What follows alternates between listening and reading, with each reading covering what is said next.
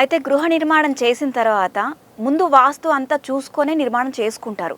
ఆ తర్వాత ఇంట్లోకి ప్రవేశించిన తర్వాత గృహప్రవేశం అయిపోయిన తర్వాత కొన్ని రోజులకి వాళ్ళకి కొంత మనశ్శాంతి లేకపోవడము, లేదంటే చిన్న చిన్న కష్టాలు కలగడం ఇవన్నీ జరుగుతూ ఉంటాయి. అప్పుడు మళ్ళీ చూపించుకుంటే వాస్తు బాలేదని చెప్తూ ఉంటారు. అప్పుడు కొంతమంది ఇల్లు పడగొట్టడమో ఇంకేవో చేయాలని చెప్తూ ఉంటారు.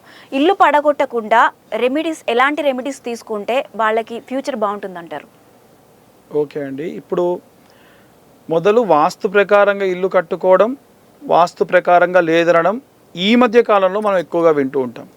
అయితే అసలు వాస్తు అంటే ఏమిటో ఒక 4 విభాగాలుగా చెప్తా. దీన్ని కొంతమంది తప్పుగా అర్థం చేసుకోకండి, క్లియర్గా చెప్తాను. ఈశాన్య భాగంలో గుంట అంటారండి. గుంట అంటే బావులు ఉండేవి ఒకప్పుడు మనకి. అక్కడ బరువు అనేటువంటిది ఎప్పుడు కూడా చాలామంది ఏమంటారంటే ఈశాన్యంలో బరువు ఎక్కువగా ఉండకూడదు, అందుకని అక్కడ బీరువాలు కానీ ఇతరత్ర ఇంకేవి కానీ పెట్టకూడదు అని చెప్తూ ఉంటారు. కాబట్టి అక్కడ ఈశాన్య భాగంలో బావులు ఉండేవి. నీరు అనేటువంటిది పెరుగుతుంది ఊరిన తర్వాత లేదా తగ్గుతుంది. కాబట్టి దాన్ని గుంట అని మన తెలంగాణలో ఆంధ్రాలో కూడా అంటారు. అలాగే ఆగ్నేయానికి వస్తే, మీకు ఇంగ్లీష్లో చెప్పాలి అంటే ఈస్ట్ సైడ్ వస్తే అది కనుక నార్త్ ఈస్ట్ కార్నర్ని ఈశాన్యం అంటారు, దాన్ని గుంట అంటారు. అలాగే సౌత్ ఈస్ట్ కార్నర్ని ఆగ్నేయము అని అంటారు, దాన్ని వంట అంటారు. గుంట ఇది వంట. అలాగే నైరుతి భాగము యజమాని స్థానము, అక్కడ ఎప్పుడూ కూడా ఎత్తుగా ఉంటుందన్నమాట, దాన్ని పంట అంటారు. అంటే మనం ఎప్పుడు కూడా ఎత్తులో పడుకోవాలి. తలకిందులుగా మనిషి పడుకుంటే ఏమవుతుంది, రక్తం గడ్డగట్టిపోయి మనిషి అనారోగ్య పాలవుతాడు. కాబట్టి నైరుతి భాగం ఎప్పుడు కూడా ఎత్తులో ఉండాలి, దాన్ని పంట అంటారు. ఇక వాయువ్య దిశగా, ఈ యొక్క వాయువ్య దిశ కానీ ఏమంటారంటే వాయువ్య దిశని నార్త్ వెస్ట్ కార్నర్ అంటారు, దాన్ని పెంట అంటారు. అంటే పూర్వకాలంలో మన వాళ్ళు ఏమంటారనంటే మాకు దొడ్డు ఉందండి వెనకాల, ఆ దొడ్లో గేదెల్ని కట్టేశాము అని అంటుంటారు. అంటే వాష్రూమ్స్ కావాలంటే కూడా అలాగే ఉండేవి. ఇప్పుడు ఇవాళ రేపు అసలు ఇంకా గట్టిగా మాట్లాడితే మన ఇంట్లో ఎవ్వరి కూడా వాస్తు లేవని చెప్పాలండి. ఎందుకంటే మన ఇంట్లో వాష్రూమ్ అనేది ఉండకూడదు. మనం ఏమంటారు, తిన్నాక 100 నుంచి 200 అడుగులు వేయండి అని చెప్తారు. బాగా అబ్జర్వ్ చేస్తే మన ఊర్లలోకి వెళ్తే మన వంటిల్లు ఎక్కడ ఉంటుందో అక్కడ నుండి కరెక్ట్గా 100 అడుగుల దూరంలో మన యొక్క ఇంటి వాష్రూమ్స్ కానీ లేకుంటే బాత్రూమ్స్ కానీ ఉంటాయి. కారణం ఏంటంటే మనిషి అక్కడి దాకా నడవడం వల్ల తన ఆరోగ్యం బాగుపడుతుందని చెప్పేవాళ్ళు. ఈ 4 అనేటువంటివి బేసిక్ రూల్. ఎప్పుడైనా సరే వాష్రూమ్ని నేను నైరుతిలో పెట్టుకోవచ్చా, నైరుతిలో లక్ష్మీదేవి స్థానం, అక్కడ బాత్రూమ్ ఎలా పెడతారు? ఇంకోటి, చాలామంది నైరుతి భాగంలో మేము బాగా పెద్దగా ఉందండి జాగా, మాకు బాల్కనీ వచ్చింది అంటే కిచెన్కి పక్కనే దక్షిణ భాగంలో మనకి బాల్కనీ ఇస్తారు, అంటే వాష్ ఏరియా, అంట్లు తోముకోవడానికి ఇస్తారు. అక్కడ నుండి పొడవుగా చాలామంది బాల్కనీ ఏర్పాటు చేసుకొని నైరుతి భాగం దాకా తీసుకుంటారు. అది కూడా సరే, కొంతవరకు బాగానే ఉంది. ఆ నైరుతి భాగంలో బాల్కనీ ఉంది కదా అని చెప్పేసి నైరుతిలో ఉన్న మాస్టర్ బెడ్రూమ్లో కరెక్ట్గా చెప్పాలి అని అంటే సౌత్ వెస్ట్ కార్నర్లో డోర్ పెట్టుకుంటారు. ఎట్టి పరిస్థితుల్లో అలా చేయకూడదు. మీరు కనుక నైరుతి భాగంలో డోర్స్ పెట్టుకుంటే ధన నష్టం, ప్రాణ నష్టం విపరీతంగా జరుగుతాయి.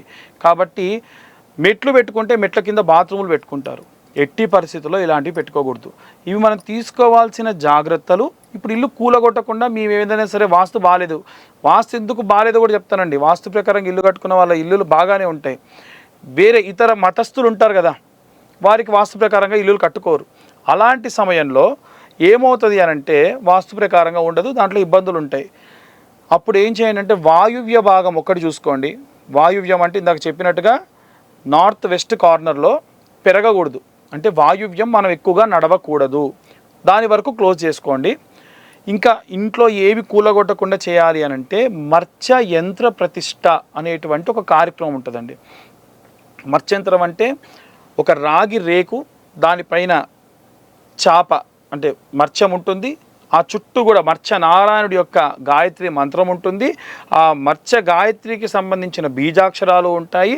అవన్నీ కూడా అర్చక స్వాములు వాటిపైన ఇంటి యొక్క వెడల్పు పొడవును బట్టి ఆ యంత్రం సైజు కూడా చూసుకొని వచ్చి నీళ్ళల్లో పెట్టి దీనికి 5 ఆదివాసాలని చేస్తారండి. జలాదివాసం ఆఖరిగా ఉంటుంది. పుష్పాదివాసం, ధాన్యాదివాసం, ఫలాదివాసం, పుష్పాదివాసం అంటే ఒక పూజ చేసి కొద్దిసేపు పూలల్లో పెడతారు. ఇంకా చెప్పాలంటే ఒక రోజంతా పూలల్లో పెడతారు, ఒక రోజంతా బియ్యంలో పెడతారు, ఒక రోజంతా పండ్లలో పెడతారు, ఒక రోజంతా కూడా నీళ్ళలో పెట్టి ఆఖరిగా నీళ్ళలో నుంచి తీసుకొచ్చి మన ఇంటికి ఈశాన్య భాగంలో గుంత తవ్వి సిమెంట్తో నలికి ఒక చిన్న గాబులాగా చేసి దాంట్లో నీళ్లు పోసి ఈ మర్చయంత్రాన్ని దాంట్లో పెట్టేస్తారు.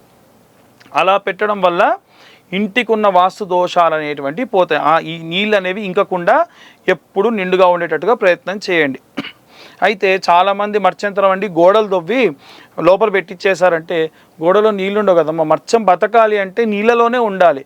ఒకసారి ప్రాణప్రతిష్ఠ చేసి అసునీతే పునరస్మాతో చక్షు పునఃప్రాణమిహినో దేహి భోగం జోపశ్యేవ అని చెప్పి మంత్రం చదివి ఆ మర్చయంత్రానికి ప్రాణ ప్రతిష్ఠ చేసి ఈశాన్య భాగంలో పెడతారు. అలా కూర్చోపెట్టినటువంటి మర్చ యంత్రానికే వాస్తు దోషాలుంటే తీసేసేటువంటి ప్రత్యేక ప్రతిఫలం ఉంటుంది. ఇలా చేస్తే పెద్ద ఇప్పుడు ఆ పూజకు మహా అయితే అయ్యే ఖర్చు కొంత భాగం అయితే దానికంటే 100 రెట్లు అవుతుంది మీరు కూలగొట్టి చేసుకోవాలంటే. కాబట్టి ఇల్లు గట్టిగా ఉంది, నిర్మాణం బాగుంది, ఇలాంటివి చేయడం వల్ల వాస్తు దోషాలు అనేటువంటివి పోతాయి.